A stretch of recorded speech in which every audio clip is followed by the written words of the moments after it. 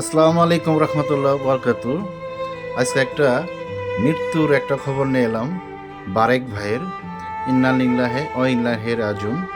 তার জানাজার নামাজ তার নিজ বাসভবনেই, তার গ্রামের বাড়ি হলো ৭ নং ইউনিয়ন বিন নোটাপর। তার বাড়ি, গ্রামের বাড়ি নয়াপাড়াগড়া বলে। বিশিষ্ট একটি টিনের ব্যবসায়িক ছিল সাইমস কালীবাড়ি বাজারে। অনেক গণ্যমান্য ব্যক্তিরা তারা জানাজার নামাজের শরীক হয়েছেন। এমন তারপর গ্রামের বাড়ি মসজিদের সামনেই এই জানাজার নামাজটা পড়া হবে। এখন আস্তে আস্তে লাশটা আমরা আনা হইল। এখন আমরা জানাজার আমরা সবাই পড়ব। অনেক যারা বক্তা আছেন এখানে বক্তব্য দেখবেন। এই যে বারেক ভাইয়ের শেষ দেখাটা আপনারা দেখে নেন। এই যে আমরা ভিডিও করছি অনেক কষ্ট করে। অবশ্যই আমার একটা ভিডিও ভালো লাগলে একটা সাবস্ক্রাইব, একটা লাইক করে দিবেন।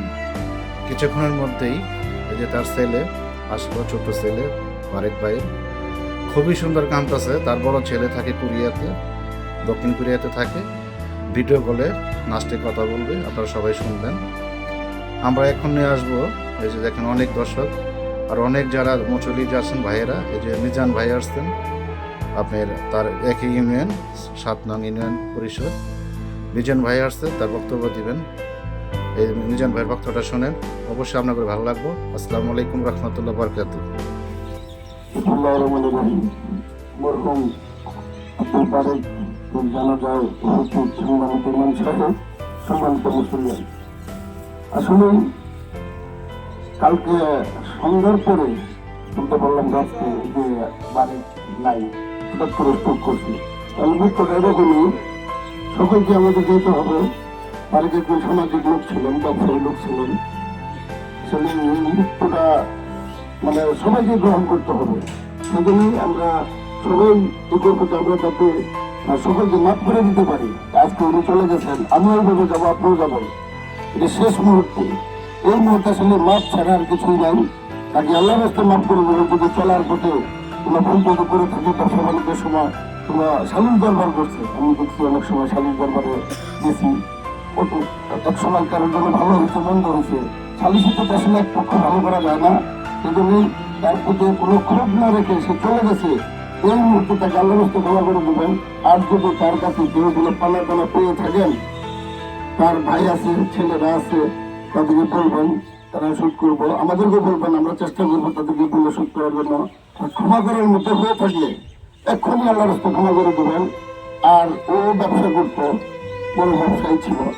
ও যদি কারোর কাছে পেয়ে থাকে, কারণ এই শেষ মুহূর্তে আসলে কারোর টাকা কেউ বাইরে খায় না, তাকে তার ফ্যামিলিকে জানাবেন এবং তার ওই টাকাটা দেওয়ার চেষ্টা করবেন। আর সর্বোপরি যে উনি বাজারে থাকছেন সবসময়, সকলের কাছে আমার করে অনুরোধ, তারা আল্লাহ রাস্তায় ক্ষমা করে দেবেন, যাতে আল্লাহ তারা জান্নাতুল ফিরদাউস দান করেন। এগুলো আমার বক্তব্য শেষ করছি। আসসালামু এখন আলাইকুম। বক্তব্য করবেন মিঠু ভাই, বিএনপি, তার কালীবাড়ি মিঠু ভাই, তারও ইউনিয়নের ৭ নম্বর ইউনিয়ন পরিষদ। মিঠু ভাই বক্তব্য দিয়েছেন, আপনারা শোনেন। আসসালামু আলাইকুম। আমার আত্মীয় না হলেও আমার বাবার সাথে তার ভাইরা যতজন ভাই আছে, মানে ভাই হিসেবে চলে ধরা করছে। আমি ছোট থেকেই তাদের সাথে চলেছি। তারা যে কয়টা ভাই আছে, মানে আমাকে অনেক আগে ভাতিজা হিসেবে আমার সাথে যে ব্যবহার করছে, আমি আসলে কোনো জিনিস ভালো।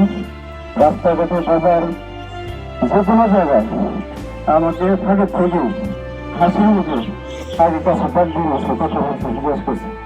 আমি তার এই অকাল মৃত্যুতে আমি আসলে গতকাল শুনে আমি আসলে খুবই কষ্ট হয়েছি। আমি মনে বোঝাতে পারি না যে আসলে এরকম মানুষের মৃত্যু আছে, আমাদের সবাইকে চলে যেতে হবে। তো এই অকাল মৃত্যু হলে আসলে মানুষের সহ্য করার মতো না। আমি আপনাদের কাছে পুরোপুরি অনুরোধ করব যে আপনারা মানুষ সামাজিক যে সমাজ ব্যবস্থা বাজারে দীর্ঘদিন সামাজিক চলাফেরা করছে মানুষের সাথে, যদি তার আচরণে আপনাদের মনে কোনো কষ্ট দিয়ে থাকে, আমি আপনাদের কাছে পুরোপুরি অনুরোধ করছি এই অন্তর মুহূর্তে তাকে ক্ষমা করে দেবেন নিজ মনে। আল্লাহর যেন তাকে বেহেশতের উচ্চ মাকামে একটা জায়গা করে দেন, এই প্রত্যাশা এই আশা আমি করছি। আল্লাহ যেন তাকে ব্যস্ত করেন, পরিশেষে তার সন্তপ্ত পরিবারের এই সুখ এই কষ্ট যেন সইতে পারে। আল্লাহ যেন তার এটা বহাল করার জন্য তৌফিক দান করেন।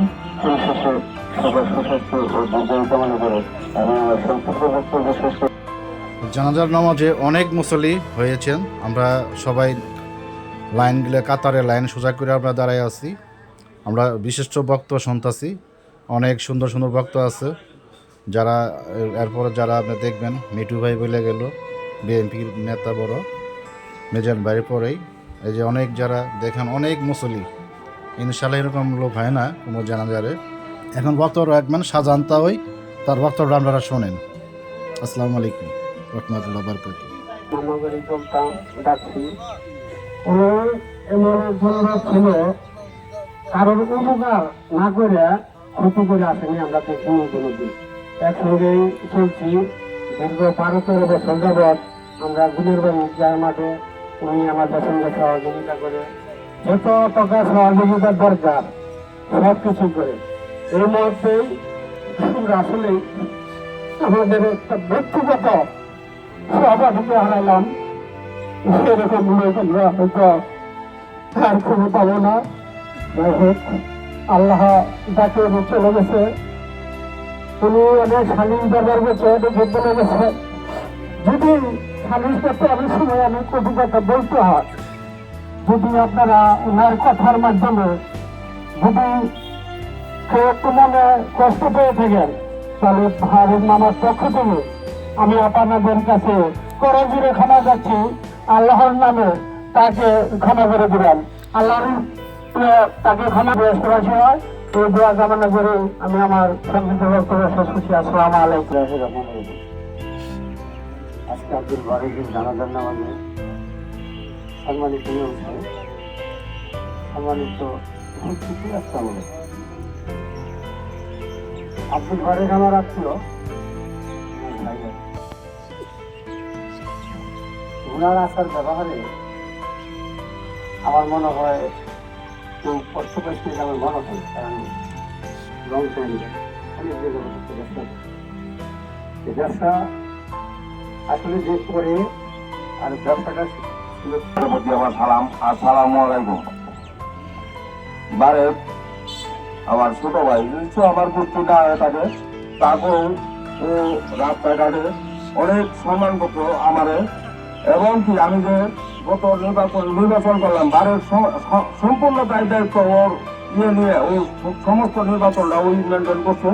ও অনেক করছে আমারে, মানে আপন ভাই না, আপন ভাইয়ের সহ বেশি করছে আমারে। মরহুম আব্দুল বারেকের জানাজা নামাজে মুসল্লি আগম। বারেক ভাই দীর্ঘদিন যাবৎ শ্যামগঞ্জ কালীবাড়ি বাজারে একজন ব্যবসায়ী ছিলেন। ওনার আচরণে যদি কেউ আপনারা কষ্ট পেয়ে থাকেন, আপনারা দয়া করে তাকে ক্ষমা করে দিবেন। উনি এলাকাতে যে একটা শ্যাম দরবার খালিশ দরবার করছে, খালিশ দরবারও দুই পক্ষে একই সমান করতে পারে না, একটু কম বেশি হয়। দয়া করে আপনারা সকলে তাকে আল্লাহ রাস্তে ক্ষমা করে দেবেন।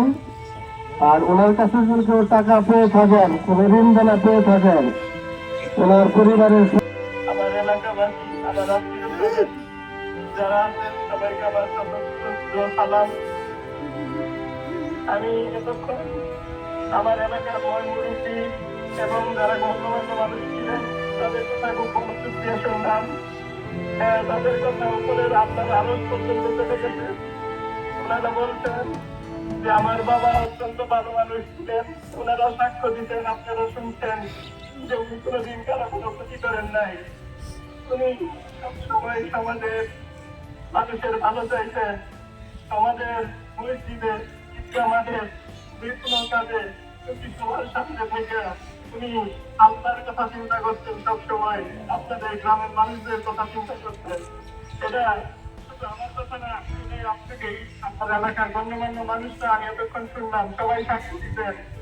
এই সাক্ষী, এই সকলের যে বক্তব্য আল্লাহ দরবার পর্যন্ত পৌঁছে গেছে। আমি আশা করি, আমি মনে করি আল্লাহ এই কথাগুলি শুনেছেন, এই সাক্ষ্যগুলি আপনারা যে সাক্ষ্য দিচ্ছেন উনি ভালো মানুষ ছিলেন, আমি মনে করি আল্লাহ তাআলা এই সাক্ষ্য কবুল করে নেবেন, আমার বাবার জীবনের যৌবনের যাবতীয় গুণাগুলিকে মাফ করে দিবেন। আপনারা বলুন আমি আপনাদের কাছে দোয়া চাই। আমার বাবা বলতে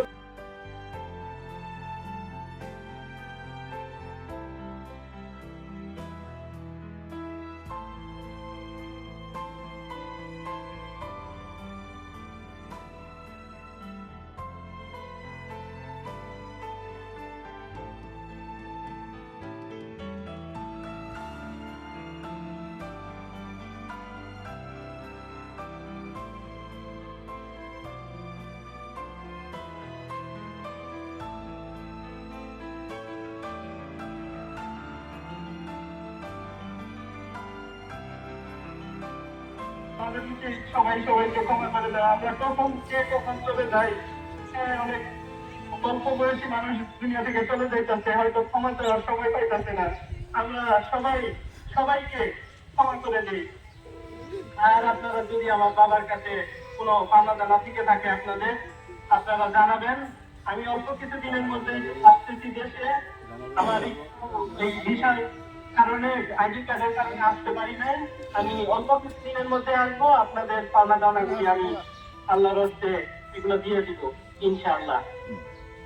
আপনারা অনেক দূর দূরান্ত থেকে কষ্ট করে এসেছেন, আমি আন্তরিকভাবে আপনাদেরকে মোবারকবাদ জানাই। জাযাকাল্লাহু খাইরান। আল্লাহ তাআলা আপনাদেরকে উত্তম প্রতিদান দান করুন। আসসালামু আলাইকুম। এগুলো আমি আমার কথা শেষ করছি। আশা করি আমার ভিডিওটা ভালো লাগবে। আমরা অনেক কষ্ট করে একটা ব্লগ তৈরি করলাম। অবশ্যই দেখবেন ভিডিওটা। আমার ইউটিউব চ্যানেল MD উজ্জ্বল 488, আর আপনার ফেসবুকে লগ করবেন MD উজ্জ্বল 488। আর অবশ্যই ভিডিওটা আপনার দেখবেন, অবশ্যই ভালো লাগবে। আর আমাকে দোয়া করবেন। আসসালামু আলাইকুম রহমতুল্লাহ বারাকাতুহু।